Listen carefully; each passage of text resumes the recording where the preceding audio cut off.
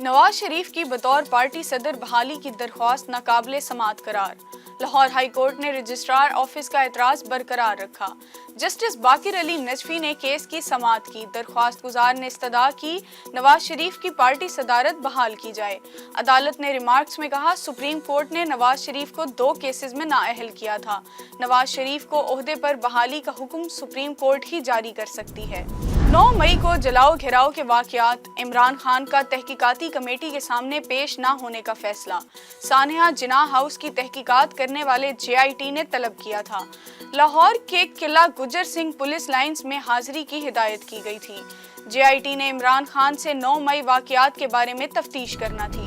جناح house جلاؤ گھیراؤ، عسکری tower حملہ case, Imran Khan کا آج انسداد دہشت گردی کی خصوصی عدالت میں پیش ہونے کا امکان۔ عمران خان ATC عدالت میں 3 مقدمات میں عبوری ضمانتوں کے ضمانتی مچلکے جمع کرائیں گے۔ Chairman PTI Lahore high court میں ضلع شاہ کیس میں ضمانتی مچلکے جمع کروائیں گے۔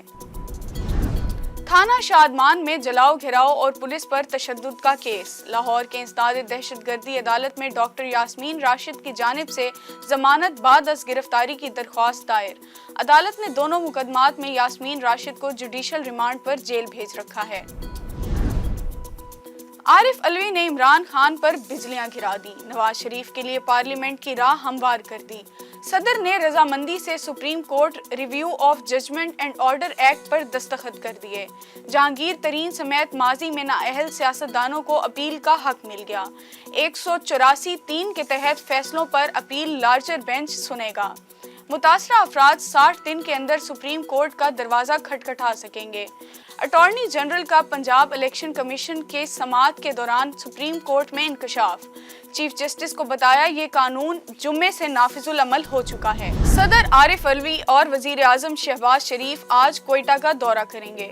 صدر مملکت 34ویں نیشنل گیم کی اختتامی تقریب میں شرکت کریں گے، جبکہ وزیر اعظم شہباز شریف وزیر اعلیٰ بلوچستان اور دیگر وفود سے ملاقات کریں گے۔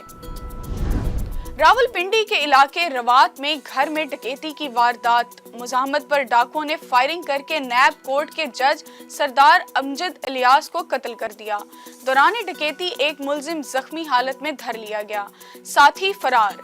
پولیس نے تحقیقات کا آغاز کر دیا۔ نگران وزیر اعلیٰ پنجاب کا نوٹس، IG پولیس نے رپورٹ طلب کر لی۔ تھرپارکر میں آسمانی بجلی گرنے سے 6 افراد جان کی بازی ہار گئے۔ افسوسناک واقعے میں 9 افراد زخمی۔ ڈپٹی کمشنر تھرپارکر کا کہنا ہے لاشیں ورثاء کے حوالے کر دی گئیں۔ زخمیوں کو علاج کی بہترین سہولیات فراہم کی جا رہی ہیں۔ ملک میں بارش کے نئے سسٹم کی انٹری، لاہور میں بادلوں اور ٹھنڈی ہواؤں کا راج۔ گزشتہ روز اسلام آباد اور مری میں موسلادھار بارش ہوئی۔ لیا، تونسا شریف اور کوہ سلیمان میں بادل جم کر برسے۔ بلوچستان میں ذوب، کوہلو اور ملحقہ علاقوں میں ژالہ باری سے معمولات زندگی درہم برہم ہو گئے۔ اسپین میں شدید بارشوں نے تباہی مچا دی۔ میڈرڈ کے مختلف علاقوں میں مسلسل بارش کے باعث سیلابی صورتحال، سڑکیں ندی نالوں کا منظر پیش کرنے لگیں۔ حکام نے مختلف شہروں میں سیلاب الرٹ جاری کر دیا۔ متاثرہ علاقوں سے نکاسی آب کی کوششیں بھی جاری ہیں۔